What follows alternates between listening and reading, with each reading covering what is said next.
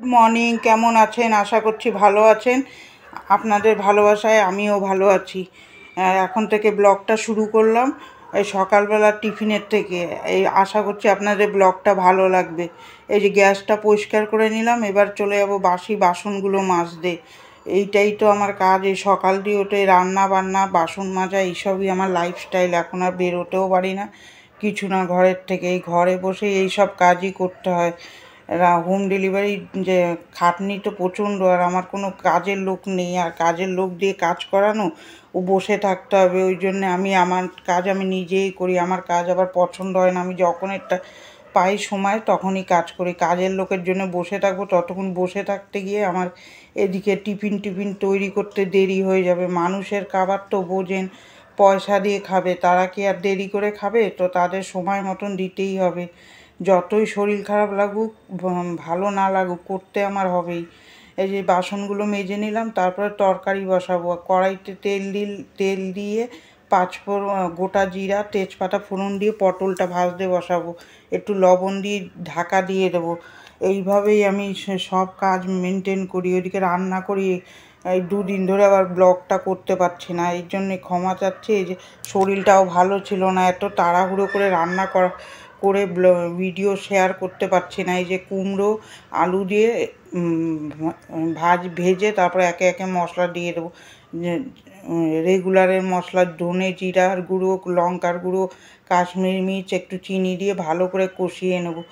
কষিয়ে তারপরে নাড়াচাড়া কষানো যত ভালো হবে দেখবেন খেতে ভালো হবে।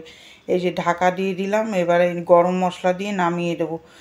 আর রুটিটা করে নিয়েছি, আপনাদের সাথে আর শেয়ার করিনি। যে পটলের তরকারি হয়ে গেছে, এইটা দিয়েই আমরা রুটি খাবো। আবার মানুষের টিফিনও যাবে, আর দুপুরেও কিছুটা যাবে। একবারেই তরকারিটা করে নিলাম। বারে বারে তরকারি করলে আমারও কষ্ট হয়, আর অনেকটা গ্যাস পুড়ে যায়। নিজে সঞ্চয় করতে হয় সংসারে। এই রান্না করতে করতে আমার আর খাওয়ার এনার্জি থাকে না। এই গ্যাসগুলো নাকে মুখে যায়, কি করব, এটা করতেই হবে। এই যে সুন্দর করে এবার নামিয়ে দেবো তরকারিটা। এইভাবেই আমার চলছে। দেখি কতদিন পারি। আমার প্রচণ্ড খাটতে লাগে প্রচণ্ড। না হলে আর কি করব। জীবন এই বাপের বাড়িতেও কিছুদিন কষ্ট করতে হয়েছে, আবার এইখানে বাবা থাকতে কষ্ট করতে হয়নি। এইখানে এসেও আমার সেই সেম কষ্টটাই রয়ে গেছে। এই যে সুন্দর করে গরম মশলা টশলা দিয়ে নামিয়ে দিলাম। কপাল কোথায় যায়, মেয়েটা চাকরি পেলো, চাকরিটা ওর পোষালো না সেরকম। এই যে বরমশাই কিছুটা মাসকাবারি জিনিস এনেছে, এগুলো ঢেলে ফেলছি।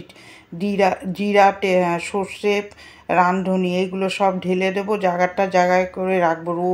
আমাদের এরকমভাবেই মাসকাবারি আনতে হয়, না হলে আমাদের ওই একবারে এনে পোষানো যাবে না।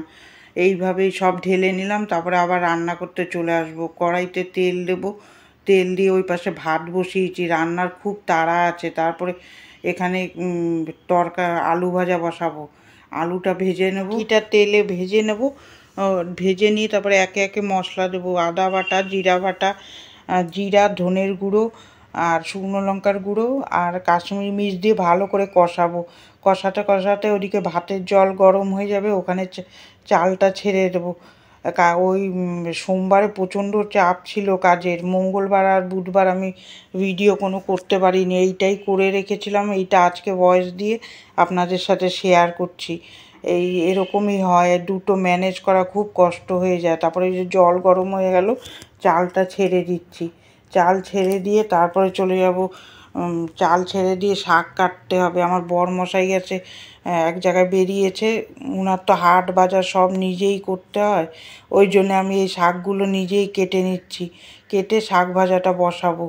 এইভাবেই আমি কাজ করে থাকি। উনি যখন থাকে আমি করি, আবার না থাকলে আমার কষ্ট হলেও নিজেরই কেটে নিতে হয়। সব তো আর ভিডিও করতে পারি না, ওই ভিডিও সেট করে করতে পারি না। এই যে শাকগুলো সুন্দর করে কেটে নেবো, কেটে নিয়ে তারপর আর বাদবাকি কাজগুলো করব। রান্না করছি আর বাসন মেজে নিচ্ছি।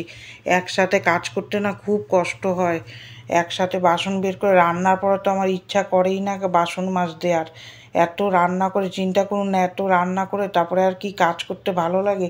তাও মেয়েটা আছে বলে বিছনা টিছনাগুলো তুলে দেয়, আমার সুবিধা হয়। এই যে বাসনগুলো কটা মেজে নেবো, তারপরে শাকটা দেবো। এইভাবেই কাজ করি। একটু বাসন বেরোয়। আর ধুয়ে ফেলি, না হলে এক গাদা বাসন হলে রান্না করে তারপরে আর বাসন ধোয়ার এনার্জিটা পাই না।